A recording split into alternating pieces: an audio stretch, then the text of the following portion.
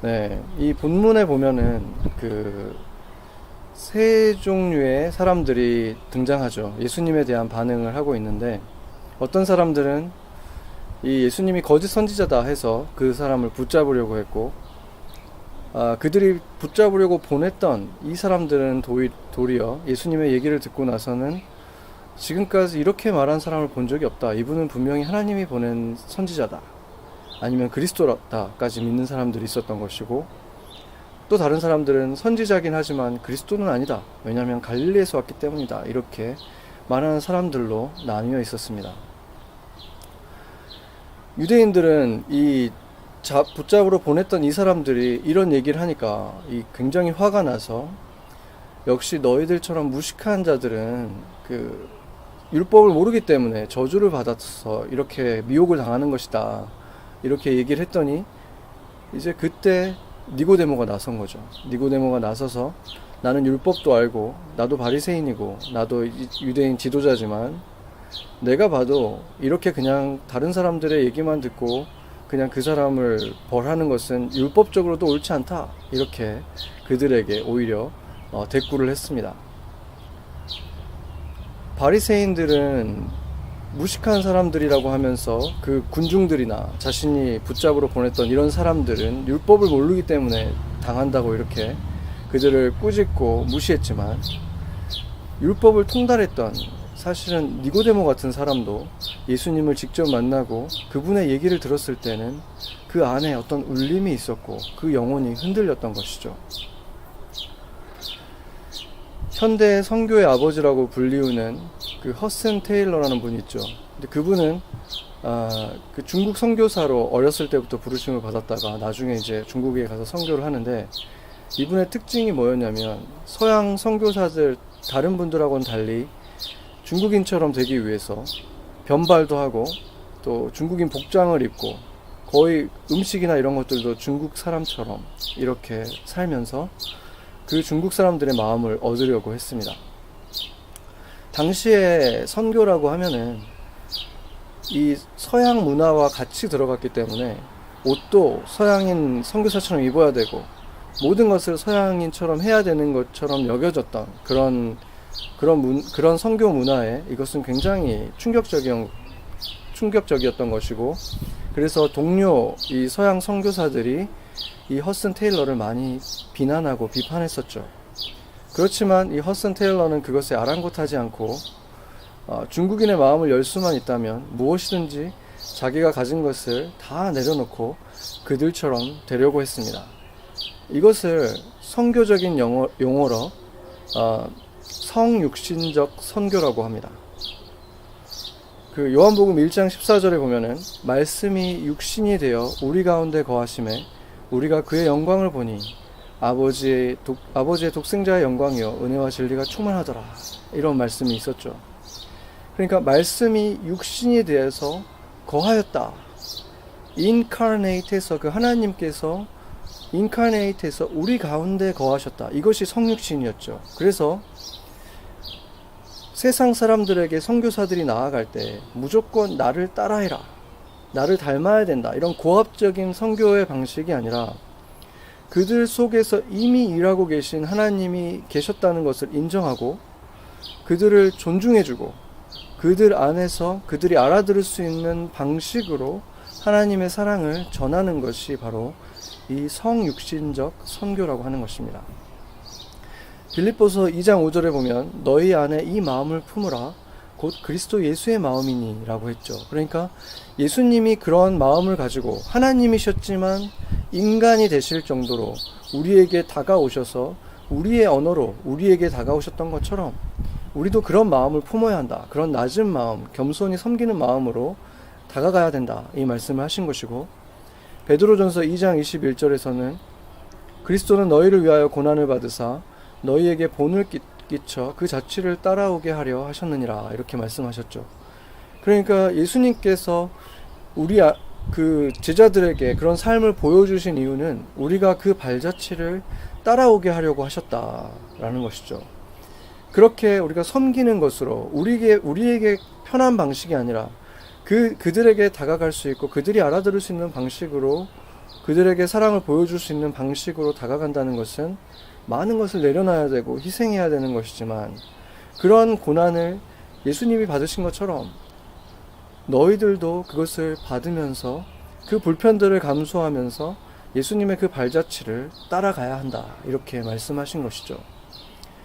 우리도 지금 예수님의 발자취를 따라서 우리가 파송받은 그곳이 어디든지, 직장이든 가정이든 어떤 특별한 선교지든 그곳에 가서 성육신적인 삶을 살아감을 통해서 복음을 전해야 한다는 것입니다. 기독교인들 중에서 우리 시대에 살았던 분 중에 아마 가장 큰 영향력을 끼치고 그런 성육신적인 삶을 살았던 분을 꼽으라고 한다면, 심지어 그리스도인이 아닌 사람들까지도 아마 이분을 꼽을 텐데, 테레사 수녀가 있었죠. 이분은 그리스도인들 뿐만 아니라 굉장히 많은 사람들에게 감동을 주고, 그래서 그분을 통해서 많은 사람들이 예수님에 대해서 새롭게 바라보게 되고, 또 복음을 받아들이고, 특별히 가난한 사람 중에서 최악으로 가난했던 많은 사람들이 그 사랑을 경험하게 되는 그런 놀라운 그 사랑의 통로가 되셨던 분입니다. 이분의 삶을 보면은 10대 때 애띤 나이에 그 마게도니아 출신의 분인데, 인도에 있는 그 카톨릭 학교의 선생님으로 가게 됩니다. 그게 이제 그분의 처음에 부르심이었죠. 근데 그 학교가 있었던 곳이 캘커타라고 하는 가장 그 빈민들이 많이 사는 곳인데, 그 학교 자체는 아주 럭셔리한 캐톨릭 학교였다고 합니다. 그런데 그곳에서 15년 이상 이제 그 교사로 있으면서 그곳에 정말 poorest among the poor를 본 거죠. 정말 가난한, 그 버림받고 정말 배고파서 죽어가는 사람들을 보면서 이 사람 마음속에 어떤 새로운 부르심이 생겼고, 그래서 어떤 한 텀이 끝났을 때 하나님 예수 그리스도의 그 음성을 듣게 됩니다. 나는 이 사람들을 위한 사역자가 필요하다. 너가 그것을 해줄 수 있겠느냐? 이런 음성을 듣게 되고, 이분이 이제 그 길에 들어서게 되는 거죠. 그런데 그게 쉽지 않은 게, 카톨릭이 굉장히 이게 복잡하거든요. 한번 콜링을 받으면 죽을 때까지 그 일을 해야 되는데, 선생님으로서 그 일을 하는 것이 아니라 그것으로부터 릴리즈 돼서 그 세속 사회에 들어가서 그 사역을 한다는 것은 굉장히 까다로운 절차들을 다 밟아야 하는 것이었어요. 그런데 오랜 시간이 걸린 그 절차들을 인내하면서 기다렸고, 결국 카톨릭 교회에서 이분을 릴리즈해서 새로운 그 콜링을 할 수 있도록 보내줍니다.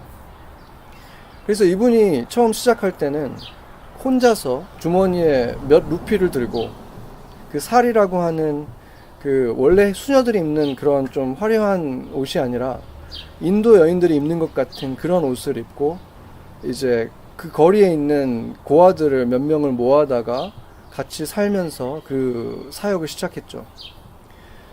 그래서 그 가난한 빈민굴에서 그 고아들, 또 가난한 자들, 버림받은 자들, 또 나병 환자들까지 돌보면서 그분이 소천할 때까지 50년 동안 그곳에서 살게 됩니다. 그런데 놀랍게도 그분이 그렇게 가장 세상에서 가리워진 것, 누구도 돌아보지 않는 사람들이 있는 그곳에서 사역을 시작했을 때, 이상하게도 그분이 세상에 알려지기 시작하죠. 그렇게 된 그 큰 계기가 있었는데, 영국의 저널리스트 중에서 그때 당시에 아주 냉소적이고 또 하나님에 대해서 굉장히 교회에 대해서 비판적이었던 말콤 머거리치라고 하는 그 기자가 있었어요. 당시 BBC의 기자였는데, 이 사람이 우연한 기회에 이 캘커타의 테레사를 인터뷰를 할 일이 있었는데, 그 사람을 인터뷰하고 나서 이 사람 마음에 뭔가 어떤 울림이 있었던 거예요. 왜냐하면 자기도 그냥 기자로서 캘커타에 9개월 정도 그 전에 그러니까 있었던 적이 있었는데, 그곳에 있으면서 그 인간의 삶의 그 비참함과 또 자신의 어떤 그런 그 위선, 이런 것들을 경험을 한 계기들이 있었거든요. 그 비참한 사람들을 보면서 자신은 아무것도 할 수 없지만 도울 수는 없는, 돕고 싶진 않은 그 사람들 사이에 어떤 연관되고 싶진 않은 그런 자신의 모습을 발견했었거든요. 그러니까 그랬던 그에게 그들 사이에 들어갈 필요 없는데도 들어가서 살아가는 이 수녀의 삶이 어떤 강한 울림이 돼서 이 사람이 처음에는 스캡티컬한 마음을 가지고 다시 그 캘커타로 가서 이 수녀의 삶을 지켜보기 시작하죠. 그런데 그것을 바라보다가 이 사람이 예수님을 점점 믿게 되고 나중에는 정말 유명한 그 변증가가 됩니다. 그 교회에 대해서 또 예수님에 대해서 세상 사람들에게 그것이 진리라는 것을 선포하는 사람으로 바뀌기까지 되죠. 그래서 그 사람이 그 과정 속에서 쓴 책이 Something Beautiful for God이라는 아주 오래된 책이긴 한데 그 책과 함께 또 그곳에 그 테레사의 그 삶을 찍은 그 필름이 같이 이제 만들어졌고 그것을 통해서 이제 이분의 삶이 이 테레사 수녀의 삶이 온 세상에 알려지게 됩니다. 그러면서 정말 많은 그리스도인들뿐만 아니라 많은 사람들이 그것을 실제로 영상을 통해서 책을 통해서 보면서 큰 도전과 감동을 받고 결국 수많은 상을 수상하다가 1979년에는 노벨 평화상을 받게 되죠. 그분은 여러분도 사진으로 본 적이 있겠지만 아주 작고 왜소한 한 150cm 정도밖에 되지 않는 작은 체구에 이렇게 꾸부정한 그런 정말 그런 중동의 어떤 시골의 할머니 같은 그런 외모를 가지고 계신데 그분이 그렇게 그 인도에서 빈민촌에서 대부분의 시간을 보냈는데도 그 이룬 업적들을 보면은 정말로 놀랍죠. 전 세계 120개국의 그 Missionaries of Charity라고 하는 그 사랑의 선교사들 이렇게 해석할 수 있겠죠. 그런 단체가 세워졌고 뉴욕에도 있어요. 제가 예전에 홈리스 분들을 만나고 할 때 그분들을 거의 매주 마주친 적이 있거든요. 똑같은 그 테레사랑 똑같은 옷을 입고 있는. 그러니까 그렇게 많은 분들이 정말 전 세계에서 정말 가난한 사람들을 위해서 낮은 곳에서 섬기는 그런 사역들을 지금도 하고 있죠. 그 사역 때문에 사실 이 카톨릭 안에서 테레사 수녀는 어떻게 보면은 교황보다도 더 큰 영향력을 끼치는 인물이 된 거죠. 왜냐하면 카톨릭에 대해서 나쁜 이미지를 갖고 있던 사람들까지도 이러한 정말로 어떻게 보면 예수님 같은 삶을 살아가는 이분을 보면서 마음이 열리고 존경심을 갖게 되고 예수님에게까지 마음이 열리는 일들이 많이 일어난 것이죠. 그랬기 때문에 거의 역사상 가장 빠른 그 과정을 거쳐서 그 카톨릭에서는 캐노나이제이션이라고 해서 그들 안에서의 어떤 공식적으로 성자로 인정하는 그런 어떤 반열에 올리는 행사가 있는데 2016년 9월에 이 테레사 수녀가 카톨릭 안에서 공식적인 이제 성인으로 이제 추대를 받게 되죠. 그래서 그 성인으로 이제 받기 전에 그 전 과정이 뭐냐면 시복이라고 해서 성경에 그 복이 있는 자가 있잖아요. 그 복이 있는 자가 되었다라고 이제 그 또 카톨릭 교회에서 선포해주고 하는 굉장히 큰 행사가 있어요. Be Edified라고 하는 행사가 있는데 그 행사를 할 때는 그분이 어떤 분이었는지 이제 세상에 알리는 그런 것을 하는데 이제 그때 이제 만들어진 영화가 마더 테레사라고 하는 영화가 만들어졌죠. 2003년에. 근데 저도 이제 그 영화를 봤는데 그분의 삶에 대해서 이제 잘 담았어요. 다큐멘터리는 아니지만 또 드라마도 아니고 약간 다큐멘터리 영화 비슷하게 이제 만들었는데 연기도 괜찮았고 다 괜찮긴 했는데 한 가지 제가 좀 마음에 뭔가 불편하게 걸렸던 것이 뭐였냐면 좀 분장을 하긴 했지만 그 테레사 수녀의 역할을 맡았던 사람이 올리비아 하스였다는 것입니다. 젊은 분들은 모르는 분들도 꽤 많이 있겠지만 그 레오나르도 디카프리오가 나왔던 그 리메이크 로미오와 줄리엣이 아니라 오리지널 로미오와 줄리엣이 1960년대 후반 영화일 거예요. 아마 그때 만들어졌던 로미오와 줄리엣이 있죠. 거기에 나왔던 줄리엣으로 나왔던 이 올리비아 하세 아마 그 여배우들 가운데에서도 가장 아름다운 여인으로 꼽히는 아마 그런 여인인데, 이제 그런 분이 이 마더 테레사 역할을 맡았다는 거죠.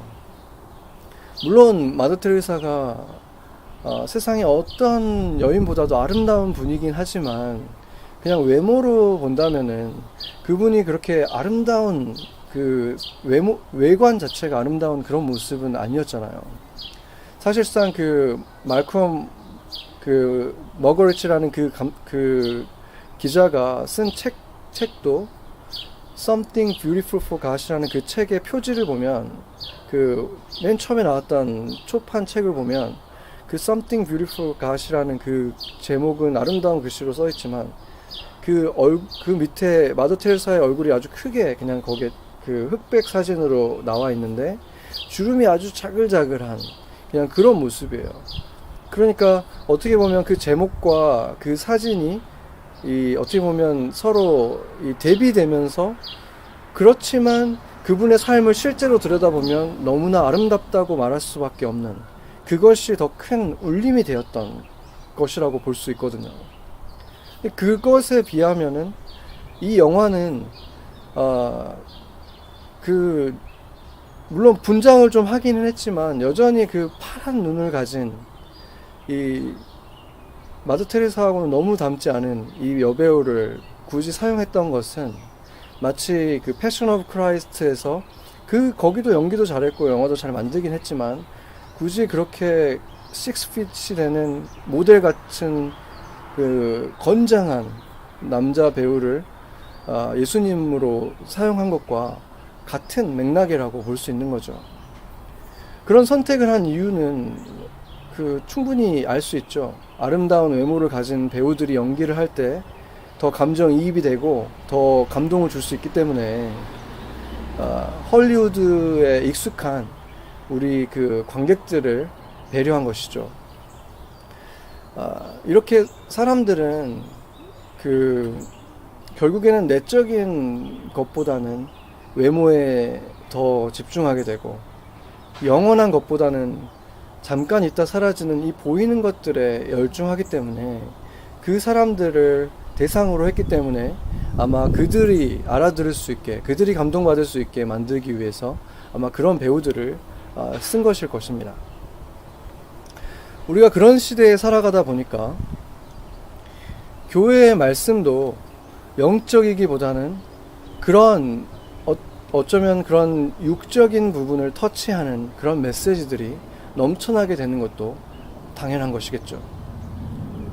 전 세계에서 가장 큰 교회 중에 하나를 이끄는 한 목사님은 자신을 프리처라고 말하는 것보다는 대부분 다 커뮤니케이터라고 말을 하는 것을 더 좋아하더라고요.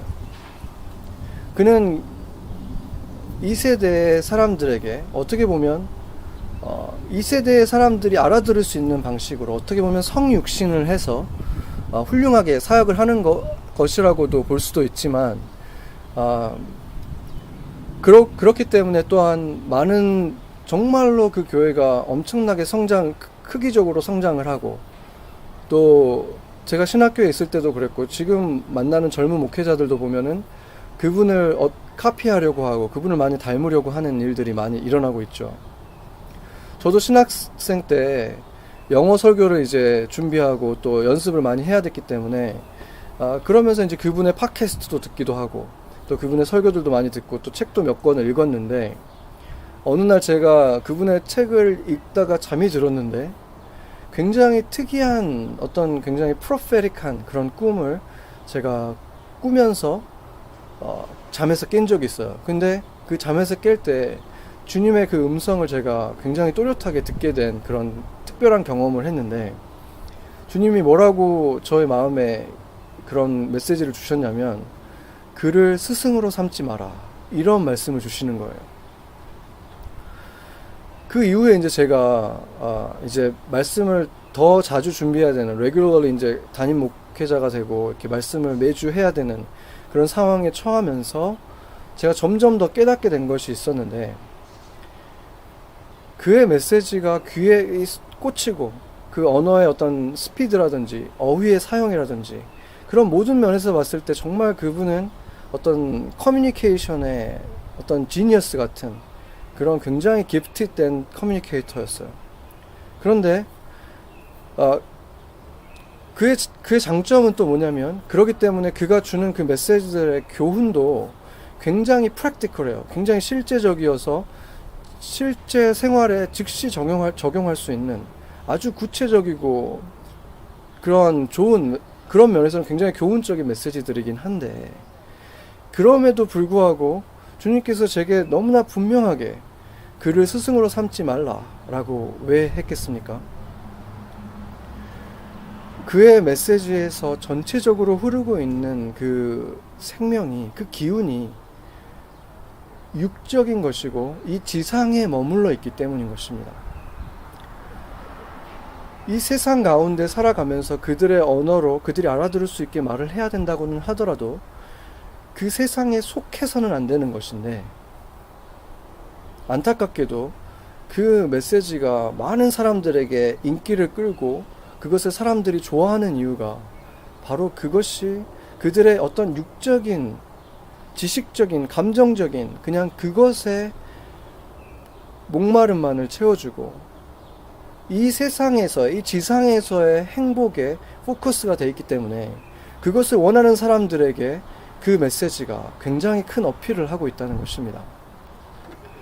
그것을 깨닫고 나서부터 제가 부족하긴 하지만 말씀을 준비하고 또 기도하고 할 때에는 항상 그 두 가지 것이 같이 있도록, 이 세상 사람들이 알아들을 수 있는 언어로 말하려고 하지만 그 메시지는 언제나 하늘에 닿아 있어야 된다, 영적이어야 한다는 것에 대해서 제가 그것을 잊지 않으려고 그렇게 준비를 하고 있습니다.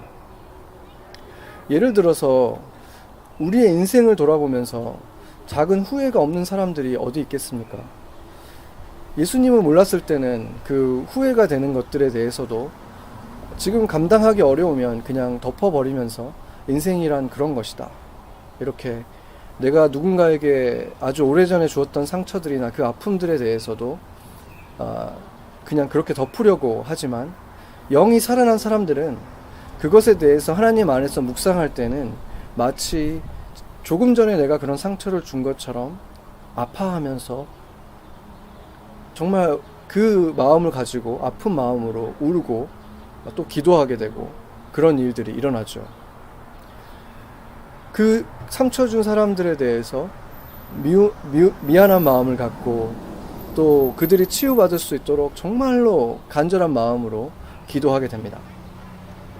그러나 그 지상의 교훈에 머무는 그런 메시지들은 어떻게 하면 그런 부담으로부터 자유할 수 있는지, 그것에 대해서 집중하게 되어 있죠.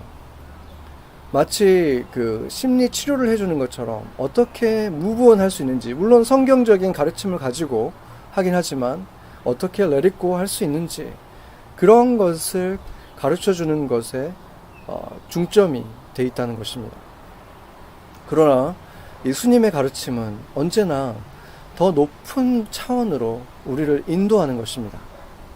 상처 입은 자들이 다 나을 때까지, 그것이 내가 확인할 때까지 계속해서 그들을 위해서 기도하게 되고 그들의 삶의 평안이 올 수 있도록 그렇게 평안을 구하는 기도를 계속해서 하게 되고, 그럼에도 상처 하나가 남지 않을 수는 없는 이 세상 너머에 그들이 예수님을 만나서 모든 상처가 치유받는 그곳에 그 영원한 생명을 얻을 수 있기를 더욱 간절히 구할 것입니다. 우리의 존재가 더 이상 이 육신의 시간에만 머무는 것이 아님을 알 때 죄송합니다. 우리가 피부로 느끼는 이 세상과 지상에서의 삶이 영혼에 비하면 찰나와 같은 것이라는 것을 실감하게 되는 그런 순간이 우리에게 오는 것이죠. 그렇게 될 때, 그런 순간을 우리가 경험할 때 우리도 예수님처럼 이 세상에 살면서도 초월적인 삶, 영적인 삶을 살 수 있는 것입니다. 그런 사람들은 예수님이 그러셨던 것처럼 슬퍼하는 사람들과 슬퍼할 때는 마치 그들의 어미처럼, 그들의 엄마처럼 정말 가슴으로 슬퍼하면서 함께 울 줄 아는 사람이 되는 것이고, 또 기뻐할 때는 아이처럼 정말 해맑게 모든 근심 걱정이 없는 것처럼 기뻐할 줄 아는 사람이 되어가는 것입니다. 오늘 이 본문에서 예수님을 잡으러 갔던 사람들이 예수님처럼 말하는 사람을 본 적이 없습니다 라고 말했던 것은, 지금까지 그렇게 그분과 같은 지혜를 가진 사람이 없었고 탈무드라든지 지혜서들을 가르쳐준 굉장히 똑똑한 그런 랍비들이 없었기 때문이 아니라, 예수님처럼 하늘에 닿는 말씀, 영적 권위를 가지고 말씀하신 분들을 만나지 못했다.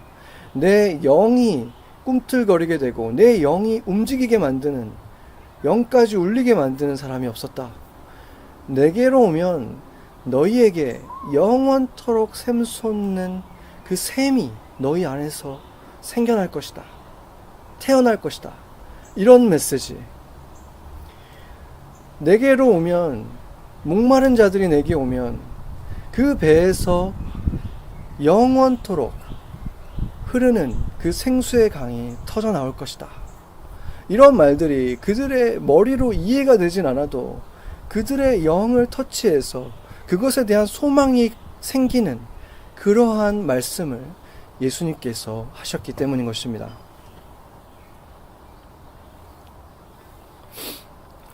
이 테레사 수녀가 이제 소천한 후에 그분이 이 캐톨릭 안에서 성인이 되고 이런 것들도 사람들에게 놀라움이 되고 또 많이 회자가 됐지만, 사실상 굉장히 더 큰 충격을 주었던 것은 무엇이었냐면, 그분이 썼던 그 고해성사를 만나서 하기도 하고 또 서신으로 하기도 했는데, 서신으로 했던 그 고해성사 내용들 때문이었습니다.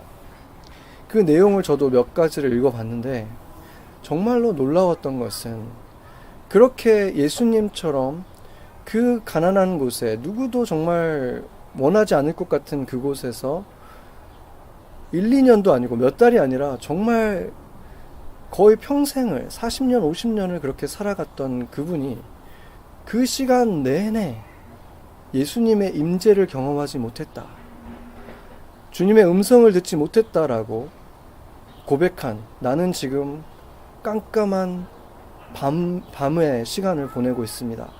너무나 큰 고독과 주님의 침묵 속에 있습니다라고 고백한 글들이었습니다. 그것은 잠깐 내가 그런 시간을 거쳤습니다라는 그런 말이 아니었습니다. 그것은 정말로 깊은 어둠 속에 오랫동안 그 터널 속에 있는 사람이 하는 말이었어요. 그분이 한 일을 보면 누가 봐도 인간이 한 일이라고 말할 수 없고, 분명히 하나님께서 그분을 사용하셔서 한 일인 것은 누구도 부인할 수 없는데도, 그리고 하나님께서 분명히 그 사역으로 가실 때 음성을 들려주셔서 그것에 순종해서 그곳에 나아간 이 정말 순종한 이 딸에게 예수님은 왜 그렇게 긴 고독과 침묵으로 그녀를 만나주지 않으셨을까? 이것은 정말로 저에게도 큰 의문으로 남았습니다. 제가 그것을 묵상하면서 몇 가지를 깨닫게 됐는데, 첫 번째는 그분이 받게 된 너무나 큰 어텐션이었을 것입니다. 전 세계를 다니면서 온갖 상들을 받고, 물론 그 상을 받은 이유는 영광을 취하기 위해서가 아니라 그 상금들을 받아서 그 한 명이라도 더 먹이려고 했고, 또 그 유명세로 인해서 들어온 후원금들로 한 명이라도 더 살리려고 한 그런 선한 마음으로 한 것이었지만, 결국에 그렇게 유명해졌을 때 그분의 말 한마디, 행동 하나가 모든 사람들에게 주목을 받고, 심지어 그 카톨릭을 마치 대변하는 사람인 것처럼 되어버렸을 때, 기독교를 대변하는 사람인 것처럼 되어버렸을 때 그가 느꼈을 그 부담감은 어마어마한 것이죠. 그분이 자신이 가장 행복했을 때가 언제라고 했냐면 캘커타의 그 사역을 이제 막 시작했을 때, 그 몇 명의 수녀와 그 몇 명의 고아들을 돌봤을 때, 누구도 알아주지 않는 그곳에서 자신의 손으로 일일이 한 사람 한 사람을 씻기고 먹이고 했던 그때가 가장 예수님의 음성을 많이 듣고 예수님의 그 임재 속에 살았던 시기라고 했습니다. 그런데 그 시간이 지나고 사역이 커져가면서 그렇게 하나님과는 멀어지게 된 것이죠. 전에도 제가 잠깐 말한 적 있지만 그 목적이 이끄는 삶이라는 책이 제가 예전에 굉장히 제 처음에 예수님을 만났을 때 큰 영향을 줬고, 그래서 그분의 그것을 쓴 릭 오렌 목사님을 정말 얼굴이라도 한번 보고 싶은 마음이 있어서 예전에 LA를 지나가게 될 때가 있을 때 저랑 아내가 같이 그 교회를, 세드백 교회를 방문한 적이 있는데, 그 교회를 들어갔을 때 정말 입이 떡 벌어지더라고요. 처음에 도착한 곳이 그 주차장이었는데, 주차장만 해도 어마어마하게 넓고 여러 곳이 있고, 주차를 하고 나면 셔틀버스를 타야 돼요. 걸어서 갈 수가 없어요. 너무 크기 때문에. 그 셔틀버스를 타서 각자가 이제 그 가는 건물로 가는 거죠. 뭐 유스들이 가는 곳, 이렇게 다 건물들이 아주 그냥 하나의 타운 같기도 하고 무슨 큰 대학의 캠퍼스처럼 그렇게 돼 있어요.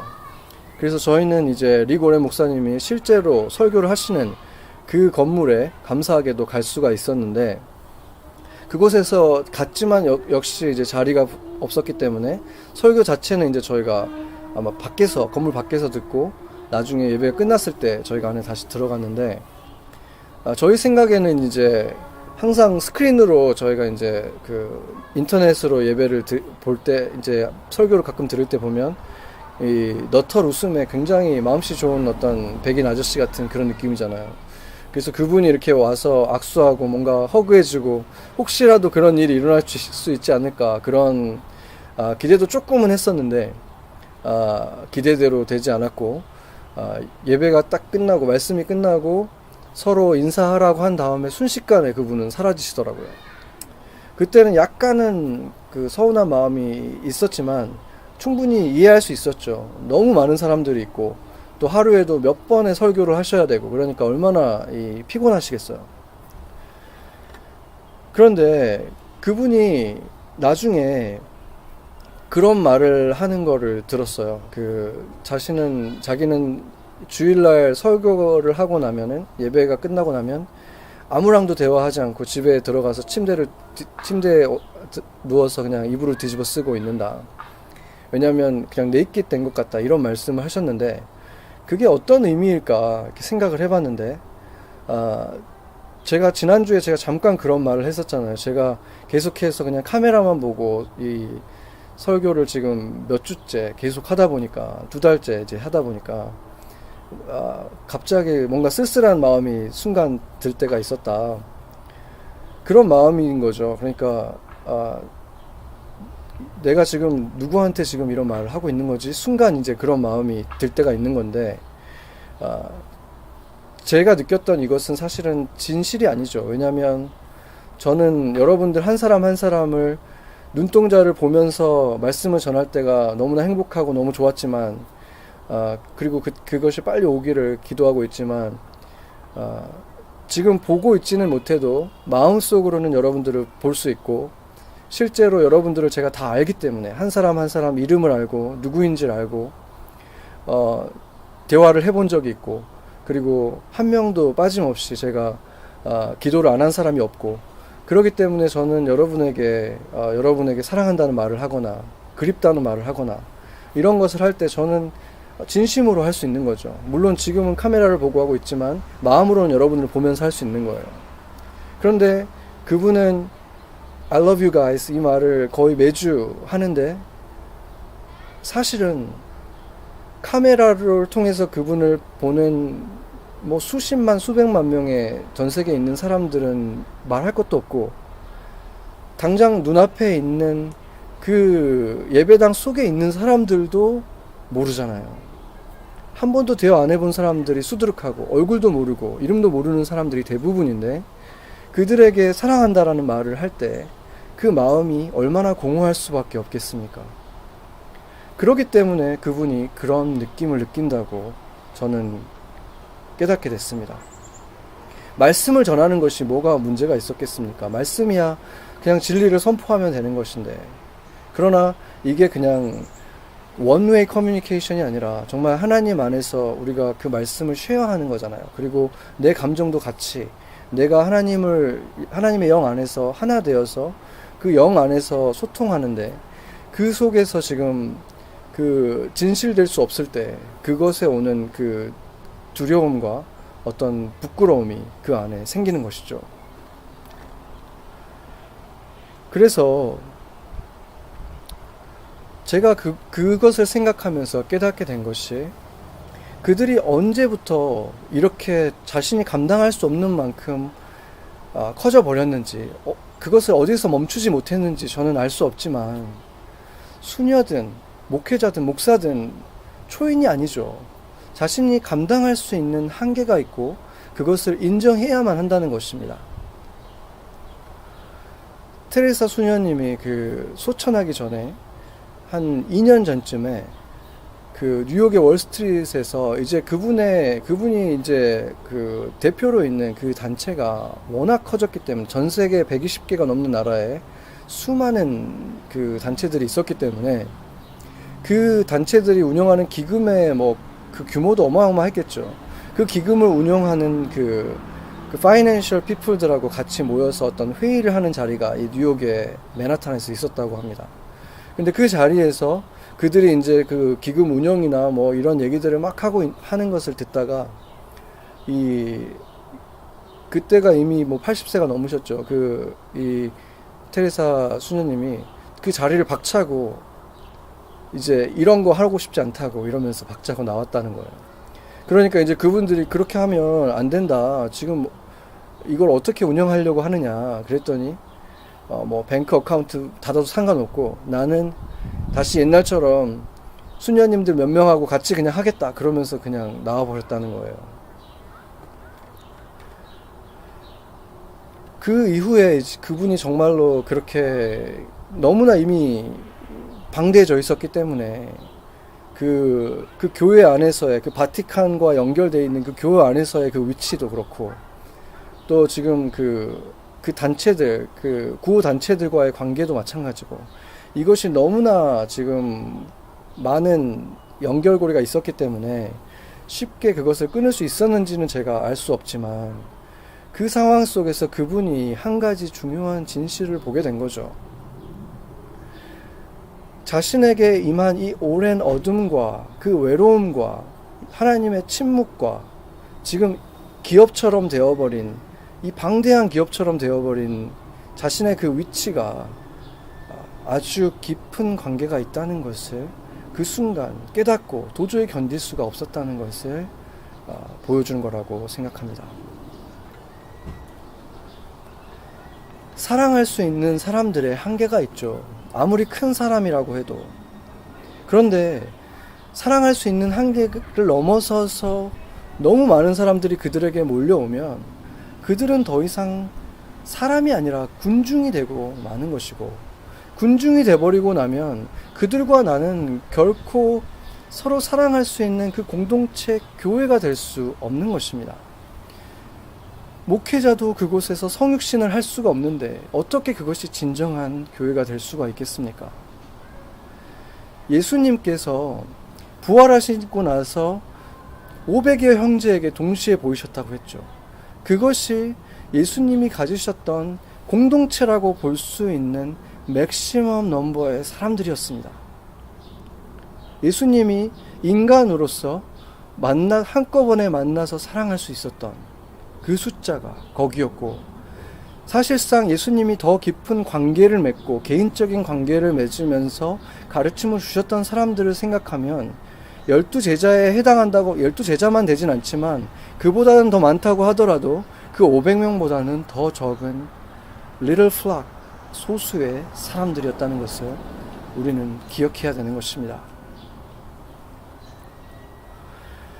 그 어둠의 시간에 대한 또 한 가지, 침묵의 시간에 대한 또 한 가지 이유는 그들이 섬겼던 영혼들과 관계가 있다고 생각할 수 있는데, 예전에 제가 랭귀지 스쿨을 다닐 때 인도네시아에서 온 그 조그만 그 여자애가 하나 제 클래스에 있었는데,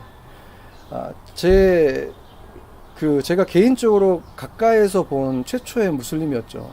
그리고 중간중간 기도하는 모습을 제가 보고는 했었기 때문에 너무나 궁금했어요. 호기심이 생겨서 물어봤죠. 너도 그렇게 기도할 때 너네 그 하나님을 만나느냐, 하나님하고 대화를 하느냐, 이런 얘기를 물어봤더니 그 아이는 아주 지금도 그 표정이 생생한데 약간은 귀찮고 한심하다는 그런 표정으로 저를 바라보면서, 기도는 그런 게 아니라 하나님한테 우리가 그냥 드리는 거야, 이렇게 말을 하더라고요. 그러고는 그냥 획 돌아서 갔는데, 그 이후에도 제가 이제 무슬림들을 많이 만나보게 되고, 나중에 그들의 그들 중에 선생이라고 할 수 있는 임맘들을 만나도 똑같은 얘기를 하더라고요. 그러니까 그들에게 있어서는 기도는 하나님을 개인적으로 인격적으로 만나는 그런 것을 말하는 것이 아니라, 예배처럼, 제사처럼 그냥 하나님한테 자기 자신을 드리는 그러한 행위라는 것을 알 수 있죠. 근데 무슬림뿐만 아니라 불교도 마찬가지고, 종교적인 것들, 종교들은 보면 거의 다 그런 식이에요. 기도라는 것이 하나님이 꼭 들어주셔야 되는 것도 아니고 인격적으로 만나는 시간이 아닙니다. 이것은 기독교에만 있는 굉장히 특별한 컨셉입니다. 그렇다면은 그 캘커타라는 지역은 대부분 다 무슬림이 아니면 힌두들이 대부분이거든요. 그렇다면은 그들이 있는 그곳에서 섬기는 영혼들이, 그 영혼들은 그 영혼이 텅 빈 것, 그리고 텅 비고 하나님께서 침묵하시는 것이 너무나 당연한 사람들이라는 거죠. 그들은 그게 전혀 이상한 게 아니에요. 그 엠티니스를 느끼는 것도 당연하고, 하나님이 자신들에게 대답해 주지 않는 것도 당연한 사람들이라는 거죠. 그런데 그런 영혼들을 그렇게 수십 년간 섬기는 사람으로서 당연히 그러한 엠티니스와 그 사일런스를 경험하는 것도 어떻게 보면 그에게 어떤 그 소명에 속한 일 중에 하나였다고 볼 수 있는 것이죠. 그것보다 그런데 사실은 더 큰 것이 뭐냐면, 전에도 제가 다룬 적이 있지만 이 카톨릭의 교리 자체가 하나님과 가까워질 수 없게 만드는, 오히려 방해가 되는 교리들이 너무나 많은 것입니다.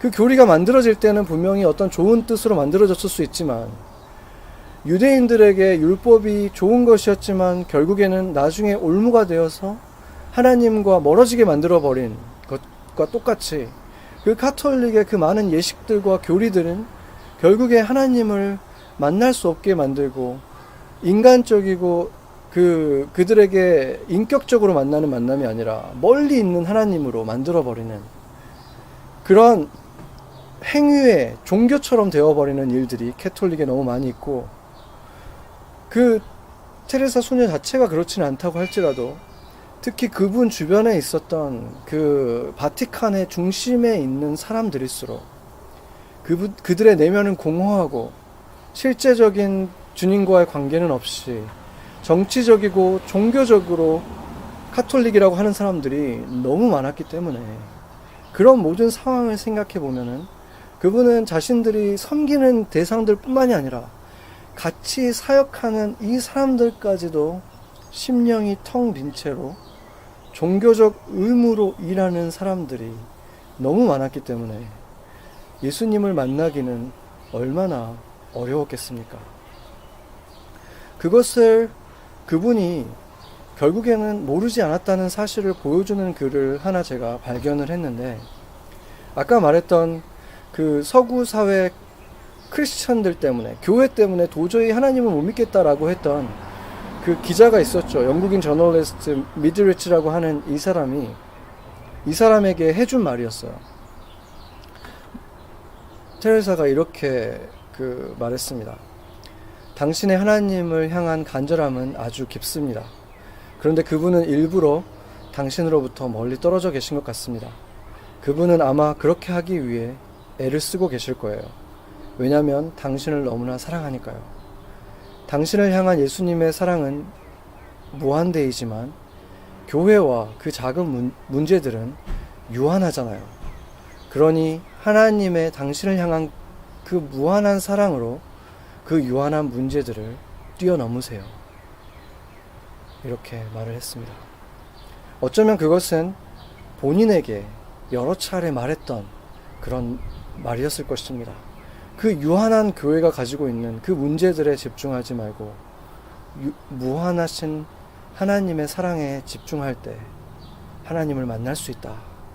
그렇게 스스로에게, 어쩌면 하나님이 그에게 들려주신 말씀일 수 있는 것입니다. 그리고 우리들에게도 주시는 말씀이죠. 우리도 다 선교사들입니다. 세상 어떤 것보다도 더 공허하고 영혼이 텅 빈 사람들이 가득한 도시에 보내진 우리들은 레위인들이라고 했습니다. 모든 것을 가진 것 같았던 그들이 얼마나 많은 두려움 속에 살아가고 공허한지, 이 선진국들이 배는 불렀는데 정신적인 그 고통들 때문에 얼마나 많은 사람들이 상담을 하고 약을 먹고 있는지 그 숫자적으로도 다 나타나고 있지만, 숫자를 보지 않아도 우리 주변의 사람들을 만날 때 불안해하는 사람들이 얼마나 많은지 우리는 보고 있죠. 그 사람들 사이에서 우리가 레위인으로 살아가고 선교사로 살아간다면 우리에게도 그러한 현상들이 나타날 수 있겠죠. 침묵의 시간, 하나님께서 말씀하지 않는 것 같고 우리 스스로도 텅 빈 것 같은, 텅 빈 영혼의 같은 시간, 그런 쓸쓸한 고독을 경험할 수 있습니다. 그러나 우리는 그렇게 40년을 살아갈 필요는 없는 것입니다. 교회에서는 영과 육이 다 터치되는 말씀이 선포되고 우리 모두가 그 말씀에 힘입어서 하루하루 순간순간을 열정을 가지고 영원에 닿는, 하늘에 닿는 삶을 살아가고 서로의 어깨를 짊어지고 함께 사랑하면서 살아가는 그런 교회가 될 때, 고독이 찾아올 때에는 함께 공감해주는 우리가 보듬어주고, 때로 그들이 하나님의 침묵 가운데 있을 때 우리가 예수님의 손과 발이 되어서 그들을 다독여주고 보듬어주고 그들의 손을 잡아 일으켜주고, 그렇게 우리가 서로에게 예수님이 되어서, 작은 예수가 되어서 성육신 해주는 그러한 공동체가 될 때 이 도시는 그러한 교회를 통해서, 우리를 통해서 예수를 보게 되지 않겠습니까? 그들이 우리의 삶을 통해서 예수님을 만나고 그들의 영이 복을 받고 꿈틀거리고 깨어나기 시작할 것입니다. 도시의 아주 낮은 곳에 있는 사람도, 니고데모와 같이 모든 것을 갖춘 것 같은 사람도 그 안은 텅 빈 내면과 쓸쓸함과 침묵 속에 있다는 사실을 우리는 알고 있습니다.